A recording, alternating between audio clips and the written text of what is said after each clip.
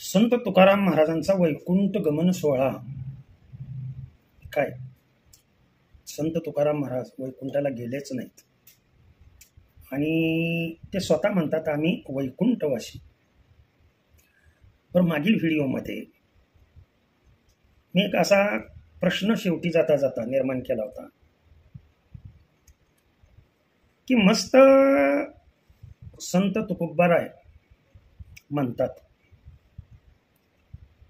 काय म्हणतात, आम्ही वैकुंठवासी.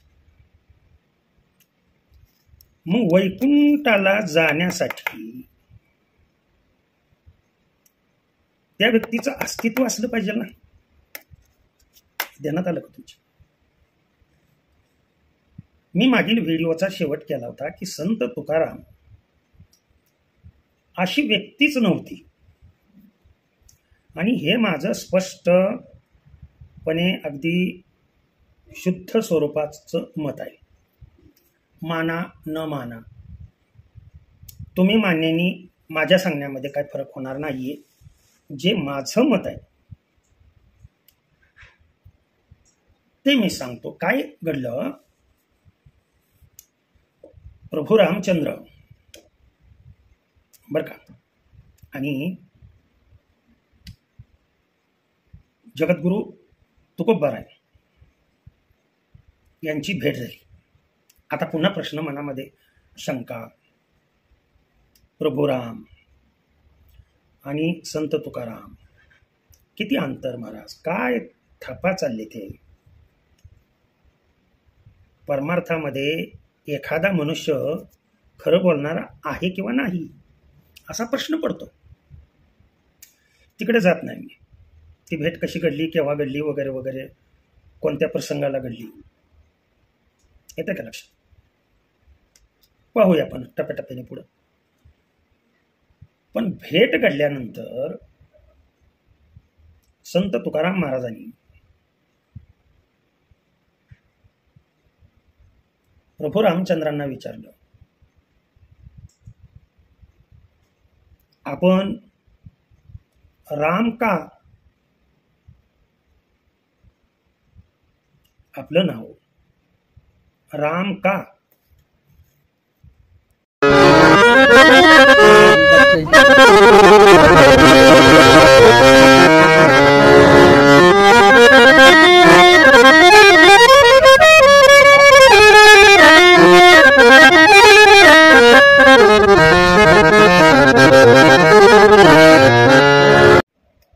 किंवा आपणास राम का म्हणतात?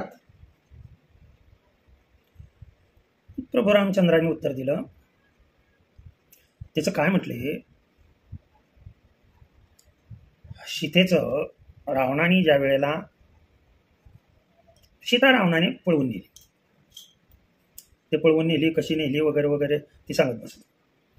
आणि सागरामध्ये सेतू बांधायला दगड पर्वत पाहिजे होते बर का. आणि ते माझ्या नावाने तरले, राम नावाने ते तरले,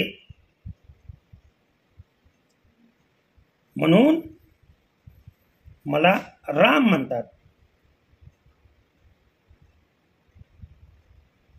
हे कोणी सांगितलं? भगवंतांनी. पण त्यांनी तेवढ्यावर शांत बसले नाही, पण म्हटले तू का राम आहेस? मी का राम आहे ते सांगितलं, पण तू का राम आहेस? यावर जगद्गुरु तुकाराम महाराजांनी अतिशय छान उत्तर दिलं.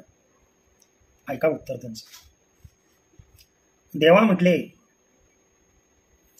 तुमचे असंख्य अवतार झाले म्हणले, त्या अवतारामध्ये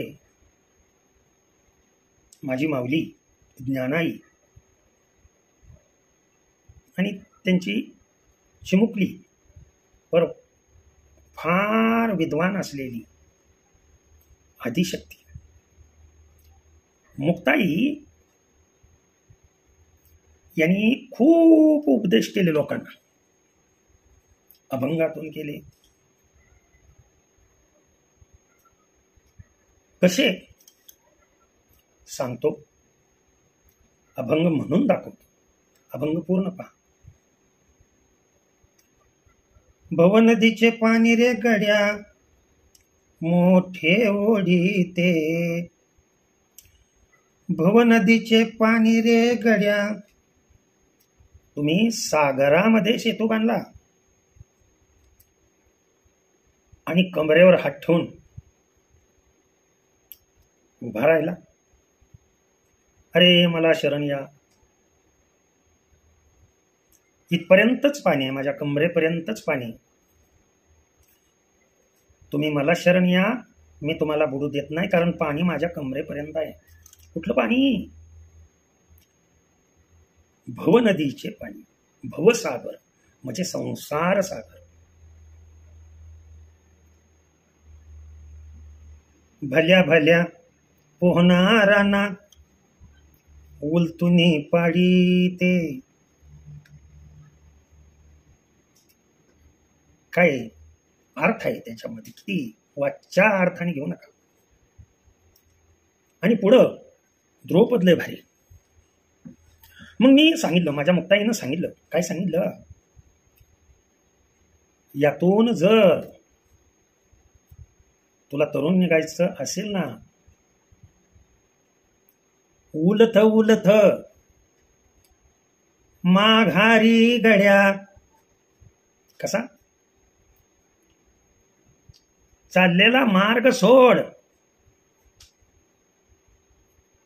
तो भवसागरात या डुबत का चाललाय? त्याचं कारण, तो मनाच्या मार्गाने चाललाय. मनोमार्गे गेला तो तेथेची मुकला. लक्षात ठेवा. म्हणून माझी मुक्ताई म्हणते, काय म्हणते, उलथ उलथ माघारी गड्या फिरगो ते खाय. माघारी फिर. मनाच्या मार्गाने तू निघालाय ना, त्या मनाला उलटव. का?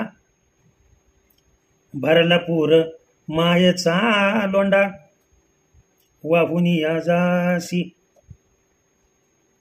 हे जगद्गुरु तुकाराम महाराज देवाला सांगतात बरं. फार मोठी कथा आहे त्याची. मग मनाच्या मार्गाने चाललाय ना, माझ्या माऊलीनी सांगितले हरिपाठामध्ये, मनोमार्गे गेला तो तेथेच मुक्त. मग मुक्ताई काय म्हणतात, अरे या मनाच्या मार्गाने जाऊ नको रे, उलट फिर. उलट फिर, मनाला उलट कर. काय झालं बघा बरं, मना या शब्दाला उलट केलं तर नाम हा शब्द आला. आलं का? ते नाम म्हणजे राम. मुक्ताईनं सांगितलं ना, परंतु कुणी ऐकलं नाहीये. 13व्या शतकामध्ये हे सांगितलं पण ऐकलं नाही. म्हणून आता 17व्या शतकामध्ये आलं का लक्षात?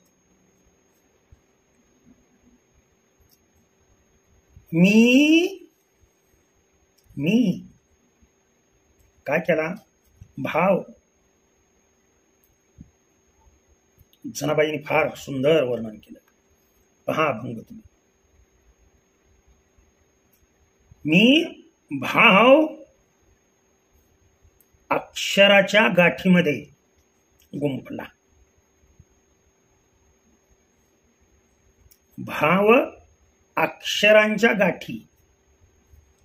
जनाबाईचा अभंग तो पाहून घ्या. पण ज्ञानाने गोमटी अशी अक्षरांच्या गाठी भाव ठेवून जिथे तुमचं स्थान ब्रह्मज्ञानाने गोमटी करून मी अभंग लिहिले. काय लिहिले? अभंग लिहिले. तुकाराम महाराज बोलतात बरं काही. समोर प्रभू रामचंद्र उभे आहेत आणि प्रत्येक व्यक्तीला तू का राम आहेस, तू का राम आहेस हे पटवून दिलं. आणि म्हणून मी तू का राम. तुमचा देवा सेतू अनगड शहा फकीर बरं का. अतिशय उत्कृष्ट वर्णन केलंय त्याचं. भाग असाच पुढे कंटिन्युअस ठेवतोय. काय वर्णन केलं तिने. आणि संत तुकाराम अशी व्यक्ती नव्हतीच तर मग काय होतं. व्यक्तीच नव्हती तर वैकुंठाला कुठनं गेली वगैरे वगैरे. ह्याची चर्चा पुढील भागामध्ये करू आपण कंटिन्युअस. रामकृष्ण हरी. विठ्ठल केशव.